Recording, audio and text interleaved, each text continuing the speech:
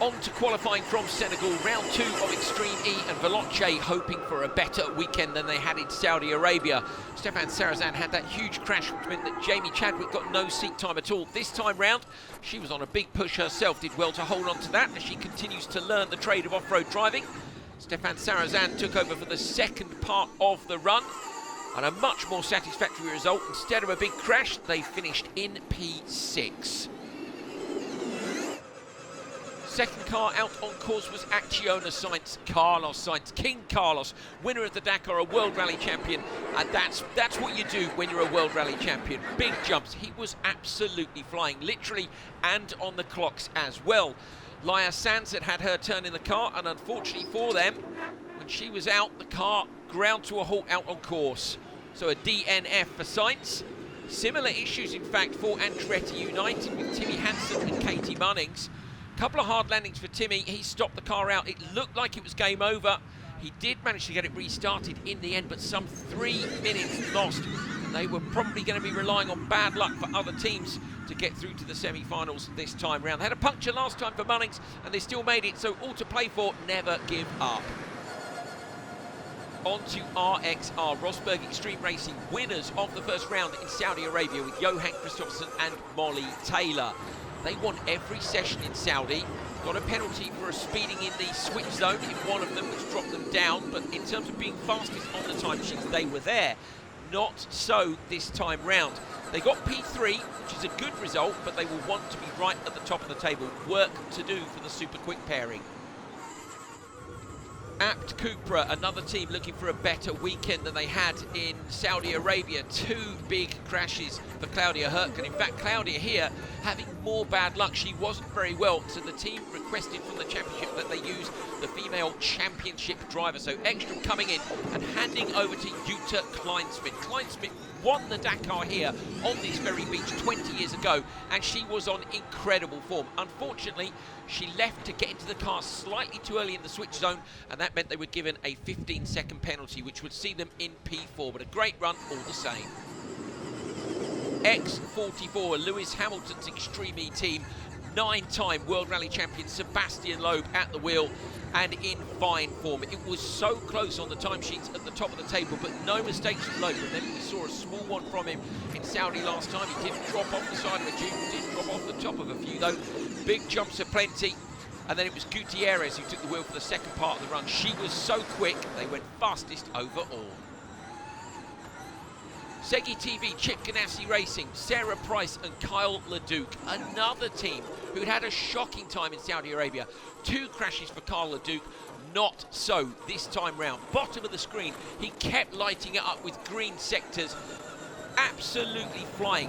No one could match him through the last part of the lap. On aggregate between the 2 drivers, they weren't quite quick enough to go to the top of the table. It was P2 behind X44, but just 4.2 seconds back.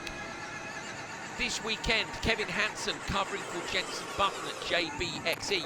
Kevin, a European Rallycross champion, he's done some Baja-style driving as well, and even tested the car before. Of course, brother to Timmy Hansen from Andretti United. Michaela Arlen-Kotlinski still learning the differences between driving on tarmac and driving on the loose, but a great performance from the new pairing to go P5 at the end of Q1. Final car into Q1, Excite Energy Racing. Ollie Bennett and Christine GZ had spent some time together in the UK preparing for this round, driving rally cars and buggies. The Welsh conditions, though, somewhat different from what they found in Senegal. They were a little way off the pace in free practice, and they'll need to find a bit more speed in Q2 if they want to make it through to the semis. They end Q1, P7. On to Q2, the final qualifying session. This one will decide who goes through to the semi-finals and who ends up in the shootout. Now, a change to regulations this weekend means that the same driver can't always take the start. You have to rotate, so whoever takes the start in Q1 will take the start tomorrow in the semi-finals. If you take the start in Q2, that means you will take the start in the final, assuming, of course, that you get there. Another good run for Veloce.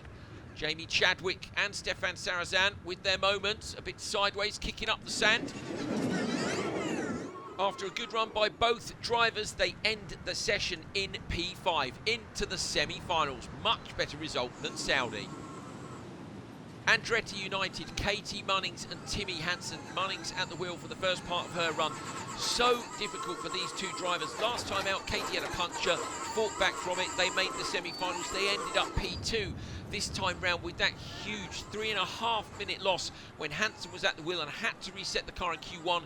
They knew that all they could do was get the car to the finish as quickly as they could and hope that maybe there would be issues for others. We'd seen a couple of cars stop in the morning and they were thinking if the same thing happened in the afternoon, they might still make it.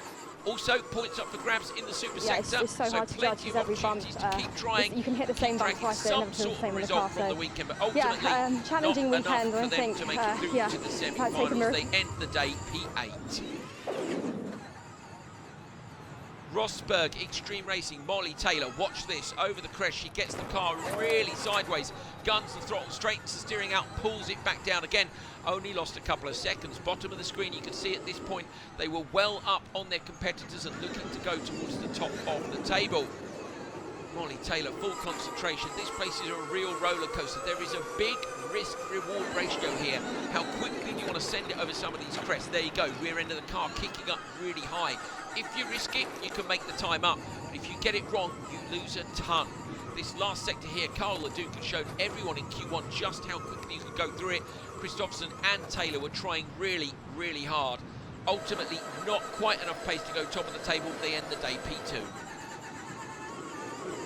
Abt Cupra, Jutta Kleinschmidt, Dakar legend, the only female driver to win the legendary Dakar rally. We spoke to her a couple of days ago and she said she was so nervous on the final stage of Dakar 20 years ago to the year. She came down the beach here at Lacrose and won that incredible, grueling race. She retired from racing a while ago. She wasn't sure herself whether she had the pace. Oh, she absolutely had the pace. She was flying, a brilliant replacement for Claudia Hurtgen. As we said earlier on today, wasn't very well. She handed over to Matthias Ekström. Big push again. They were around 8 seconds off the pace at this point. Ekström tried really hard to see if he could make up the time difference, but not quite enough again.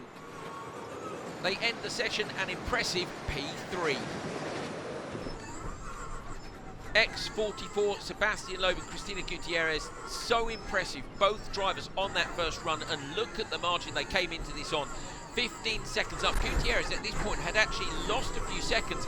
Sebastian Loeb had said in an interview earlier on in the day that he had his eye on Kyle Leduc and Sarah Price, saying they are quick, we need to watch for them. Gutierrez fighting the car on board. She made up some of that lost time towards the end of the lap, got the gap back up to around 20 seconds before handing over to the 9-time World Rally Champion Sebastian Loeb. We ride on board with him now. Look at the throttle trace, top right of your screen. Up and down over the crest, feathering the throttle and the brake, trying to settle the nose of the car, but carry as much pace as you can through the lap. He was extending their lead out front, making the job very hard for Price and Leduc, who was still to come for Segi TV and Chip Ganassi Racing. Was this going to be enough to hold onto the TQ spot? Minus 30 seconds on everyone who'd gone before, but it was going to come down to the cars who are yet to come. They go top for now. You ride on board with Kyle Leduc down the front straight, heading down almost onto the shoreline, onto the flat sand, edging out every 10th. Look at this, 6.2 seconds up, he was flying, and then disaster. The car ground to a halt in the woods section, pulled over to the side of the road. The American off-road racing legend clambered out of the car immediately. Sarah Price looking gutted in the command centre. He went to all the reset points on the car. They figured it was going to be a tiny electrical issue from the impact. Climbed back in, eventually got it going, but the time loss was huge and their semi-final hopes were over. JBXE. Now they know that with the issues for 3 other teams, they'd almost certainly booked a spot in the semi-finals. All the cars to come could now play it just that little bit more safely. Michaela Arling-Kotlinski chucking the car through that railroad section. You cannot get offline through the woods. It's so narrow. The ruts had built up so much. You can see the sand flying up. Impressive performance from her and from Kevin Hansen as well, standing in this weekend for Jenson Button. Jenson, the team boss, had sent them a message basically on Twitter in the morning just saying, go for it, send it. That was what Kevin did, but with a mind on the fact that others had had issues, and if they got to the finish, they knew they'd make it into the semi-finals. So a safe run for Hansen and for Arlen Kotlinski. They end the day in P4. Solid job by Kevin Hansen on his debut for the team. More work to do tomorrow. Excite Energy Racing onto their second run. Now, in Q1, they ended P7. It looked like they weren't going to have the pace to challenge the top teams, but again, knowing that there had been issues for now 3 of the front-running teams, they knew that they were going to make it through to the semi-finals. They made it through to the semi-finals last time out in Saudi Arabia. Christine GZ taking a slightly less aggressive approach. I still think a 3-4 for air is fairly aggressive, but a tidy drive by her, bringing the car back to her teammate Ollie Bennett. Bennett, we thought Bennett was going to lift on his run, but if you watch his run past down by the side of the woods, he buries the nose of the car off one of these crests. It might be this next one here. Yes, it is. So digging a huge hole in the track. Track development here has been absolutely key. Some of the drivers saying that it's got much slower between Q1 and Q2. So another solid performance from the Excite pairing, and they will make it through to the semis. On to the final car in qualifying, Sands and Sainz. No hope with the DNF of making it through, but 5 championship points were up for grabs on the super sector. It's sector 2, the back of the course, the most risky part of the course. Sands had a crack at it on her lap, but not quite enough pace. She's only recently made the transition from bikes through to cars. She did a good job, but it was about warming up for the man himself, Carlos Sainz. El Matador, the Spanish WRC legend and Dakar winner, coming into the super sector absolutely lit. There was no lifting for Sainz. Look at the effort putting in the car, big inputs, chucking it left to right. He gets through all the mogul section through here, points the car and just gets on the gas, pitching it in, and it was such an impressive performance from him. Late on the brakes into all the crest dips, desperately trying to make up that time. In the end, the track conditions hadn't gone in his favour, and it wasn't going to be enough to nick those 5 championship points. They'll have another opportunity again tomorrow during the shootout to bag those points with an excellent run through that middle sector. Look forward to seeing them go full send again on Sunday. End of the session then, Q2 done. Semi-finals and finals coming up tomorrow. This is how they stand. X44, RXR and Apt Cupra go through to Semi-1. Semi-2 will be JB, XE, Veloce and Excite. And the shootout will be Chip Ganassi Racing, Andretti United and Acciona Sainz.